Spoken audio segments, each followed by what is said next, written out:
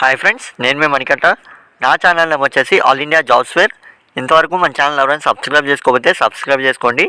ఎందువల్లంటే మన ఛానల్లో అన్ని రకాల state and central government exam పేపర్లు నోటిఫికేషన్స్ ప్రతి ఒక్కటి నేను అప్లోడ్ చేయడం జరుగుతుంది. అండ్ ఆ వీడియోస్ మీకు నోటిఫికేషన్ రూపంలో రావాలంటే ఛానల్ సబ్స్క్రైబ్ చేసుకోండి. ఇక్కడ చూసినట్లయితే మనకి ఆర్ఆర్బీ ఏఎల్పీ జాబ్ ప్రొఫైల్ మొత్తం ఈ వీడియోలో మనమైతే చూద్దాము. ఎడ్యుకేషన్ క్వాలిఫికేషన్ ఏముండాలి, ఏజ్ లిమిట్ ఎంత, ఏజ్ రిలాక్సేషన్ ఉందా లేదా, మెడికల్ టెస్ట్ ఎలా ఉంటుంది, ఫిజికల్ టెస్ట్ ఎలా ఉంటుంది, అసలు ఫిజికల్ టెస్ట్ ఉంటే ఏమేమి మనకి కండక్ట్ చేస్తారు, అండ్ మెడికల్ టెస్ట్లో ఐ టెస్ట్ అనేది మనకి ఏ విధంగా కండక్ట్ చేస్తారు, ఇంపార్టెంట్ బుక్స్ కానీ లేదంటే ఎగ్జామ్ ప్రాసెస్ కానీ మనకి సిలబస్ ఏంటి, ప్రతి డీటెయిల్స్ అయితే ఈ వీడియోలో మనం చూద్దాం. అంతేకాకుండా కట్ ఆఫ్ కానీ లేదంటే శాలరీ విషయం కానీ ప్రతిదీ అయితే ఈ వీడియోలో చెప్తానండి. చివరి వరకు చూడండి. మీకు ఈ వీడియో పట్ల కానీ లేదా అంతకుముందు మనం పోస్ట్ చేసిన వీడియోస్ పట్ల కానీ మీకు ఏమైనా డౌట్స్ ఉన్నట్లయితే కామెంట్ బాక్స్లో కామెంట్ చేయండి, నేనైతే మీకు రిప్లై ఇస్తాను. అంతేకాకుండా అప్కమింగ్ నోటిఫికేషన్స్ ఏమైనా తెలుసుకోవాలనుకున్నట్లయినా లేదంటే ఏదైనా జాబ్ ప్రొఫైల్ గురించి మీరు తెలుసుకోవాలనుకున్నట్లయినా కామెంట్ బాక్స్లో కామెంట్ చేయండి. అండ్ ఇక్కడ చూసినట్లయితే మనకి ఆర్ఆర్బీ ఏఎల్పీ ఇది వచ్చేసి మనకి డిప్లొమా కానీ బీటెక్ కానీ లేదా ఐటీఐ కంప్లీట్ చేసిన ఉన్న వాళ్ళు మాత్రం అప్లై చేసుకోగలరు. ఎందుకంటే ఇది వచ్చేసి మనకి టెక్నికల్ రిలేటెడ్ అండి. అండ్ అంతేకాకుండా ఆర్ఆర్బీ ఏఎల్పీ అంటే railway recruitment board assistant loco pilot. మనకి లోకో పైలట్ జాబ్ అనేది డైరెక్ట్గా రిక్రూట్ చేసుకోరు. అసిస్టెంట్ లోకో పైలట్ కింద ఫస్ట్ రిక్రూట్ చేసుకొని అక్కడ నుంచి మనకి లోకో పైలట్ కింద ప్రమోషన్స్ అనేవి మనకి ఉంటాయండి. అంతేకాకుండా ఈ నోటిఫికేషన్కి వచ్చేసి automobile engineering, electrical engineering, mechanical engineering, electronical engineering వచ్చేసి మనకి డిప్లొమా కంప్లీట్ చేసిన వారు కానీ బీటెక్ కంప్లీట్ చేసిన వారు కానీ ఈ క్వాలిఫికేషన్ ఉంటే మీరైతే అప్లై చేసుకోగలరు. అంతేకాకుండా మనకి ఐటీఐ వచ్చేసి మనకి మెకానికల్ రిలేటెడ్ కానీ లేదా ఎలక్ట్రికల్ రిలేటెడ్ కానీ ఎలక్ట్రానికల్ రిలేటెడ్ కానీ ఏ బ్రాంచెస్ అయితే ఉంటాయో వారైతే ఈ నోటిఫికేషన్కి అప్లై చేసుకోగలరు. అండ్ నోటిఫికేషన్కి అప్లై చేసే ముందు ఒకసారి పూర్తి నోటిఫికేషన్ అనేది ఎప్పుడైనా చదవండి. ఎందుకంటే మనకి అందులో శాలరీ డీటెయిల్స్ కానీ ఎడ్యుకేషన్ క్వాలిఫికేషన్ కానీ ప్రతి డీటెయిల్స్ అయితే మనకి నోటిఫికేషన్లో అయితే మెన్షన్ చేస్తారు. అండ్ అంతేకాకుండా ఆర్ఆర్బీ ఏఎల్పీ రిక్రూట్మెంట్ వచ్చేసి మనకి లాస్ట్ నోటిఫికేషన్ 2018లో అయితే రిలీజ్ చేయడం జరిగింది. అండ్ నెక్స్ట్ ఇప్పుడు రాబోయే నోటిఫికేషన్ వచ్చేసి 2024లో అయితే రిలీజ్ చేస్తారు. ఎందుకంటే ఇది వచ్చేసి మనకి ఆర్ఆర్బీ ఏఎల్పీ నుంచి రాబోయే ఫస్ట్ నోటిఫికేషన్ కానీ సెకండ్ నోటిఫికేషన్ కానీ కావచ్చండి. 2018లో మనకి నోటిఫికేషన్ అనేది రిలీజ్ అయింది. కోవిడ్ పాండమిక్ వల్ల మనకి నోటిఫికేషన్ అనేది డిలే అవ్వడం జరిగింది. దానివల్ల రిక్రూట్మెంట్ ప్రాసెస్ అనేది మనకి స్లోగా జరిగింది.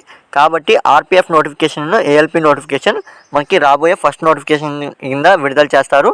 అండ్ అంతేకాకుండా శాలరీ విషయం ఒకసారి చూసుకున్నట్లయితే ఇక్కడ చూడండి, మనకి ఈ నోటిఫికేషన్కి వచ్చేసి ఏఎల్పీకి సంబంధించి మనకి ఈ రిక్రూట్మెంట్లో 2 టైప్స్ ఆఫ్ వేకెన్సీ అనేది రిలీజ్ చేస్తారు. అదేంటంటే టెక్నీషియన్, అంతేకాకుండా అసిస్టెంట్ లోకో పైలట్. ఇది వచ్చేసి మనకి ఒకటే నోటిఫికేషన్లో 2 డిఫరెంట్ కేటగిరీస్లో మనకి రిలీజ్ చేస్తారు. రెండింటికి క్వాలిఫికేషన్ వచ్చేసి ఒకటే అండి. అండ్ ఏజ్ లిమిట్ కానీ ఏజ్ రిలాక్సేషన్ కానీ ప్రతిదీ మనకి ఒకటే అయితే కండక్ట్ చేస్తారు.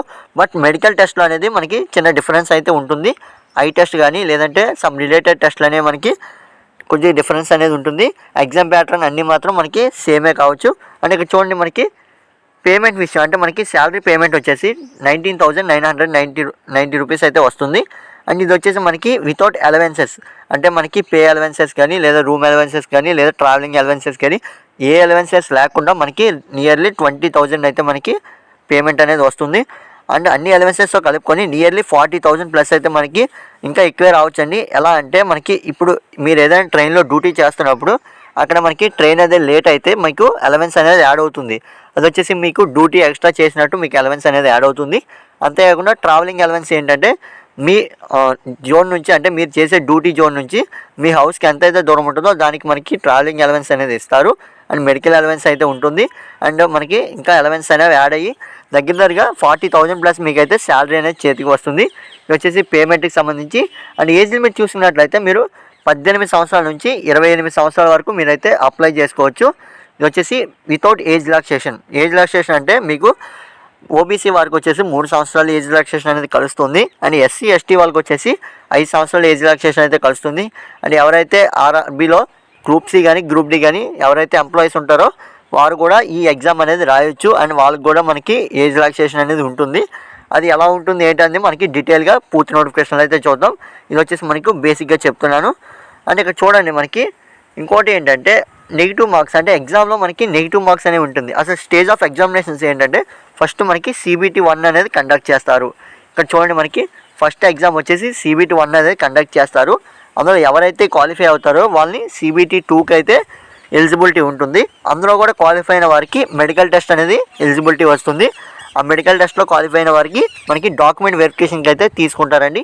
ఇది వచ్చేసి మనకి సెలక్షన్ ప్రాసెస్. ఫస్ట్ వచ్చేసి CBT1 కంప్యూటర్ బేస్డ్ టెస్ట్ అనేది ఒకటి జరుగుతుంది. తర్వాత CBT2 అనేది జరుగుతుంది. దీంట్లో వచ్చేసి మనకి డిఫరెంట్ టైప్స్ ఆఫ్ మనకి సిలబస్ అనేది ఉంటుంది ఎగ్జామ్లో. అండ్ ఎవరికైతే మెడికల్ టెస్ట్కి ఎలిజిబిలిటీ ఉంటుందో దాంట్లో మనకి ఐ టెస్ట్ అనేది పర్ఫెక్ట్గా ఉండాలండి. లోకల్ పైలట్కి సంబంధించి మీరైతే ఐ టెస్ట్ కట్టుకుంటే ఆల్మోస్ట్ మీకు 50% ఆఫ్ మెడికల్ టెస్ట్ కంప్లీట్ అయిపోయాయి. మెయిన్ వచ్చేసి మనకి ఐ టెస్ట్ అనేది ఉండాలి. అండ్ ఇంకోటి ఏంటంటే పూర్తి నోటిఫికేషన్లో మీకు ప్రతిదీ చెప్తాను. నెగిటివ్ మార్కింగ్ ఎంత ఉంటుంది, ఎగ్జామ్ సిలబస్ ఏంటి, ప్రతిదీ అయితే చెప్తాను. మీకు వచ్చేసి బేసిక్ ఇన్స్ట్రక్షన్స్ అనేవి ఇప్పుడైతే నేను చెప్తాను. ఇక్కడ చూడండి ఒకసారి. వేకెన్సీ ఏ విధంగా రిలీజ్ చేస్తా అంటే ఈ టైప్ ఆఫ్ మనకి వేకెన్సీ అనేది రిలీజ్ చేస్తారు. అంటే మనకి ఏ కేటగిరీలో ఏ జోన్స్లో మనకి ఎన్ని వేకెన్సీ ఉన్నాయి ఇక్కడ చూడండి. మనకి WR, SCR లేదంటే NCR లేదంటే NR, CR అని ఇలా ఈ విధంగా ఉంది కదా. ఇది ఏంటంటే western railways, north western railways, ఇక్కడ చూడండి north central railways, central railways, south central railways, ఈ విధంగా మనకి జోనల్స్ అంటారండి. మనకి ఏ నోటిఫికేషన్ అయినా RRBకి సంబంధించి జోన్స్ వైజ్గా అయితే ఫస్ట్ మనకి రిలీజ్ చేస్తారు.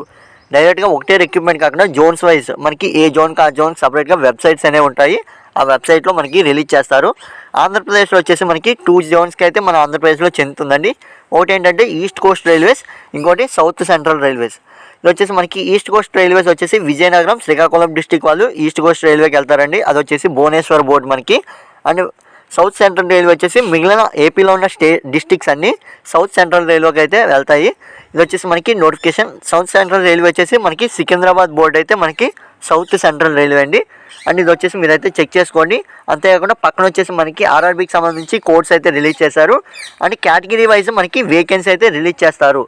అన్రిజర్వ్డ్ క్యాండిడేట్స్ కానీ లేదా SC, ST, OBC కేటగిరీ వాళ్ళు కానీ లేదా ఎక్స్ సర్వీస్ మ్యాన్ అంటే మనకి RRBకి చేసిన వాళ్ళు ఉంటారు కదా, గ్రూప్ C కానీ గ్రూప్ D కానీ ఎంప్లాయీస్ వాళ్ళకి కానీ ఏ విధంగా నోటిఫికేషన్ అనేది రిలీజ్ చేస్తారో అక్కడైతే మీరు చెక్ చేసుకోవచ్చు.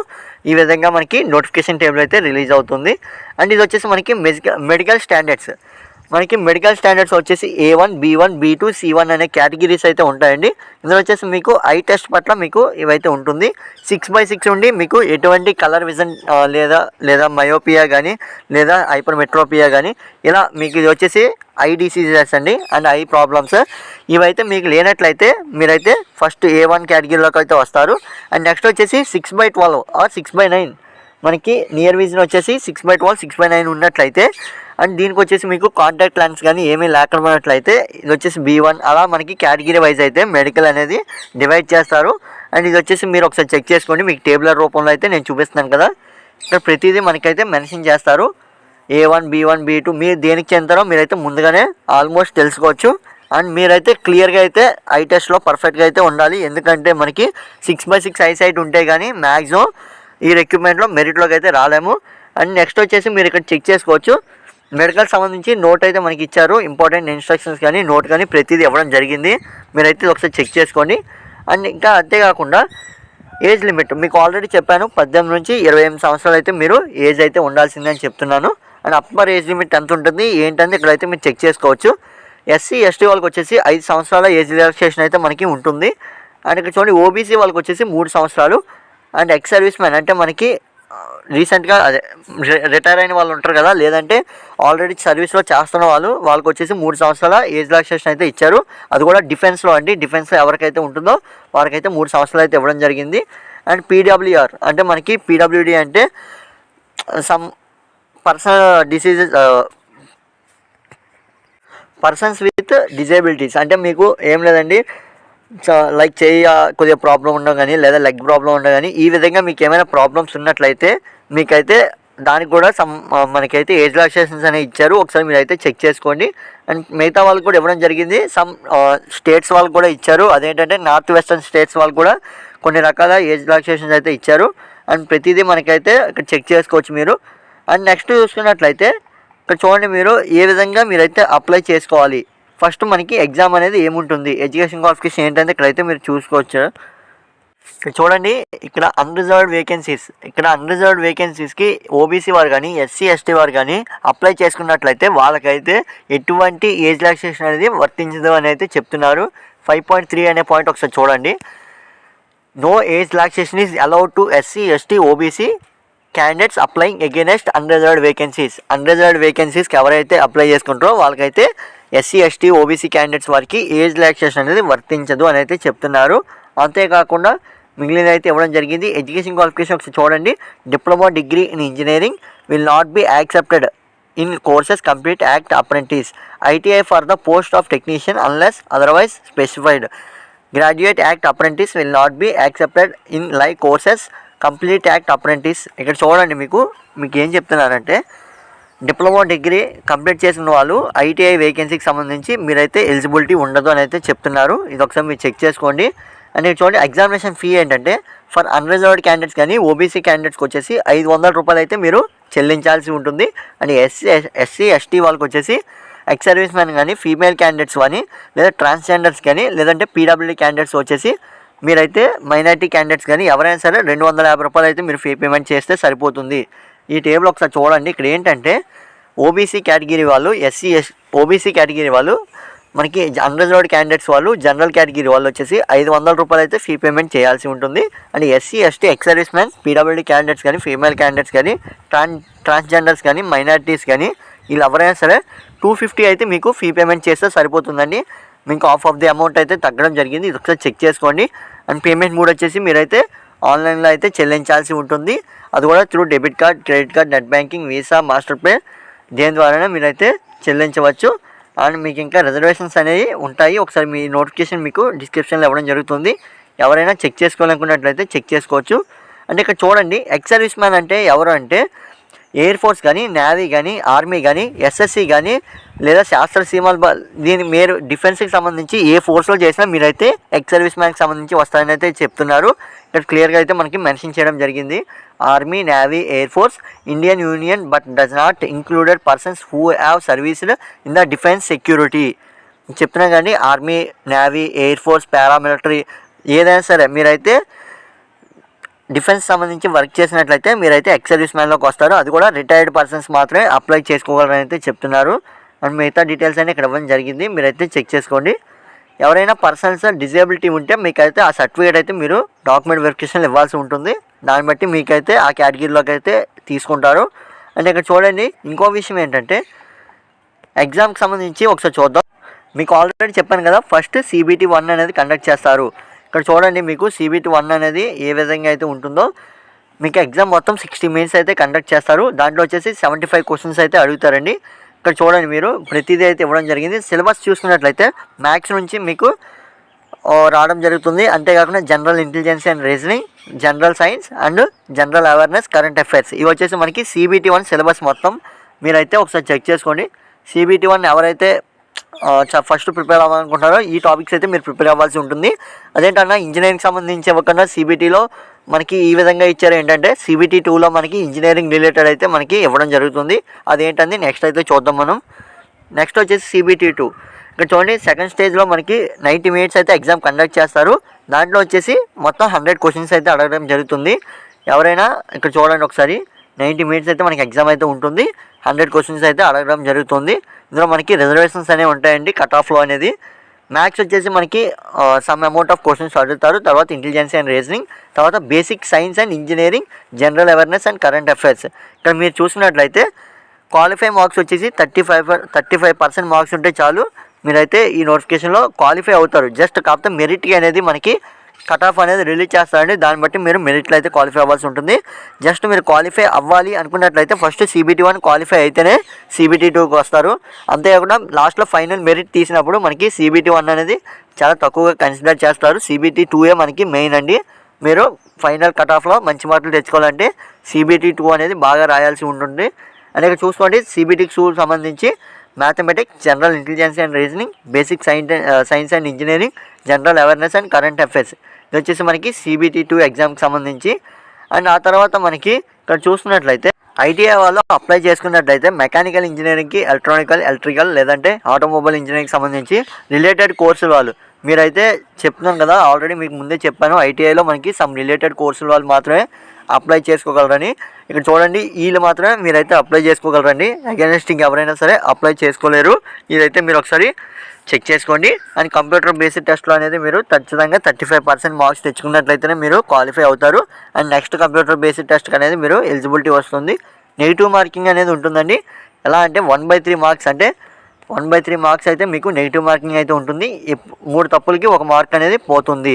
మీరైతే ఇది చెక్ చేసుకోండి. మీరు ఎప్పుడైతే 3 తప్పులు ఆన్సర్ చేస్తారో అందులో 1 మార్క్ అయితే మీకు పోతుంది వచ్చిన మార్కుల్లో.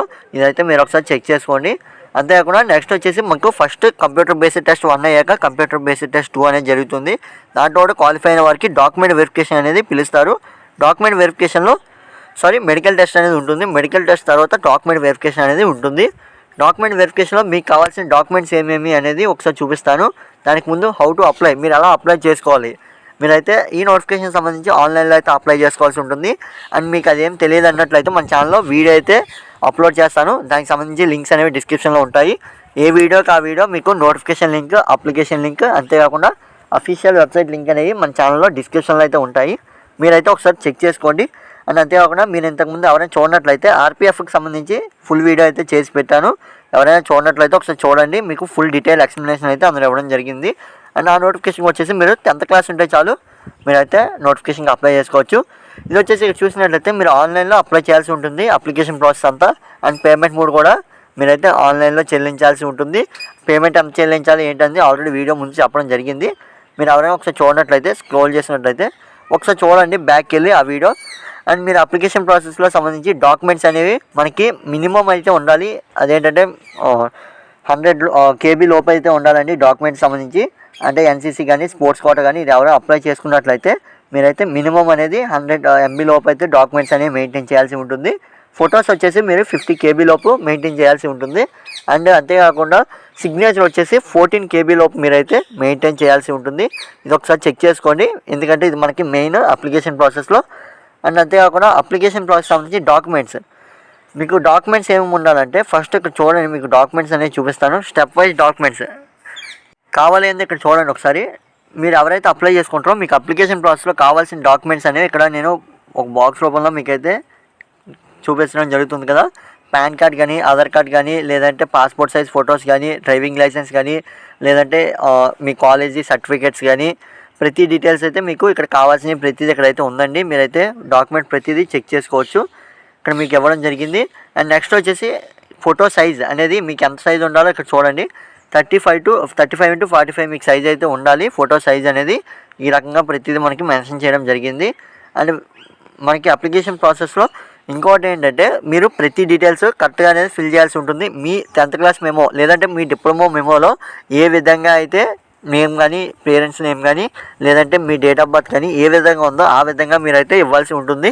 లేదంటే డాక్యుమెంట్ వెరిఫికేషన్ అప్పుడు మీకు చాలా పెద్ద ప్రాబ్లం అయితే అవుతుంది. కాబట్టి మీరైతే ఒకసారి చెక్ చేసుకొని అవన్నీ ఇవ్వండి.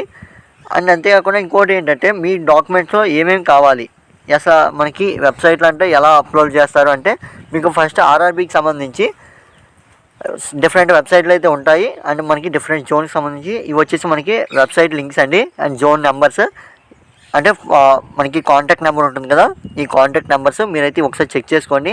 అంతేకాకుండా మనకి అడ్రస్ అనేవి కొన్ని ఉంటాయి. అదేంటంటే సౌత్ సెంట్రల్ రైల్వేస్, SCR ఈ విధంగా మనకి చెప్పాను కదా అంతకుముందు. అదేవిధంగా మీకు జోన్కి సంబంధించి హెడ్ క్వార్టర్స్ యొక్క వెబ్సైట్స్ మనకి షార్ట్ కట్స్ అనేవి ఈ విధంగా ఉంటాయి. మీకైతే ఒకసారి చూపిస్తాను చూడండి బాక్స్ రూపంలో. ఇవి వచ్చేసి మనకి షార్ట్ కట్స్. ఇవేంటంటే మనకి మీ జోన్కి సంబంధించి షార్ట్ కట్స్, అంటే మీ జోన్ ఏమని పిలుస్తారు, ఎలా పిలుస్తారు అనేది ఇక్కడ షార్ట్ కట్స్ అయితే ఇవ్వడం జరిగింది. మన జోన్ వచ్చేసి సౌత్ సెంట్రల్ రైల్వే అండి. ఇక్కడ SCR అని అయితే పిలుస్తారు. అంతేకాకుండా ఈస్ట్ కోస్ట్ రైల్వే ECOR అని పిలుస్తారు. వచ్చేసి మనకి ఈస్ట్ కోస్ట్ రైల్వే. ఈ విధంగా అన్ని జోన్స్కి షార్ట్ కట్స్ అనేవి ఉంటుంది. అండ్ ఏ జోన్కి సంబంధించి ఆ జోన్కి అయితే మనకి వెబ్సైట్లో అయితే లింక్ చేస్తారు, నోటిఫికేషన్ అనేది రిలీజ్ చేస్తారు. ఈ వీడియోలో నేను ఎడ్యుకేషన్ క్వాలిఫికేషన్ కానీ, ఏజ్ లిమిట్ కానీ, ఏజ్ రిలాక్సేషన్ కానీ, లేదంటే శాలరీ డీటెయిల్స్ కానీ, బుక్స్ కానీ, ఇంపార్టెంట్ సిలబస్ కానీ, లేదంటే ఎగ్జామ్ ప్యాటర్న్ కానీ, ఎగ్జామ్ టైం డ్యూరేషన్ కానీ ప్రతిదీ అయితే చెప్పడం జరిగింది. అండ్ మెడికల్ స్టాండర్డ్స్ అనేది మనకి ఏ విధంగా ఉండాలి, అండ్ ఈ జోన్ వైజ్ ఎలా ఉంటుంది, నోటిఫికేషన్ అనేది ఎలా రిలీజ్ చేస్తారు, ప్రతి డీటెయిల్స్ అయితే చెప్పడం జరిగిందండి. అండ్ ఇంతవరకు మన ఛానల్ ఎవరైనా లైక్ చేయండి, లైక్ చేయకపోతే లైక్ చేయండి, సబ్స్క్రైబ్ చేసుకోకపోతే సబ్స్క్రైబ్ చేసుకోండి. అండ్ ఈ వీడియోని మీ ఫ్రెండ్స్కి షేర్ చేయడం వల్ల వాళ్ళు కూడా ఈ నోటిఫికేషన్ అనేది తెలుసుకుంటారు. Thanks for watching. And WhatsApp and Instagram link అయితే డిస్క్రిప్షన్లో ఇవ్వడం జరుగుతుంది. ఎవరైతే ఇంట్రెస్ట్ ఉంటుందో వాళ్ళైతే వాట్సాప్ అండ్ ఇన్స్టాగ్రామ్ లింక్ అయితే డిస్క్రిప్షన్లో ఇచ్చాను, ఫాలో అవ్వండి. మీకు యూట్యూబ్ కన్నా ఫాస్ట్ అప్డేట్స్ అయితే నేను అందిస్తాను. అంతేకాకుండా జాబ్ ప్రొఫైల్స్ అనేవి, జాబ్ నోటిఫికేషన్స్ అనేవి మన ఛానల్లో పెట్టడం జరుగుతుంది. Thanks for watching. Keep watching my channel.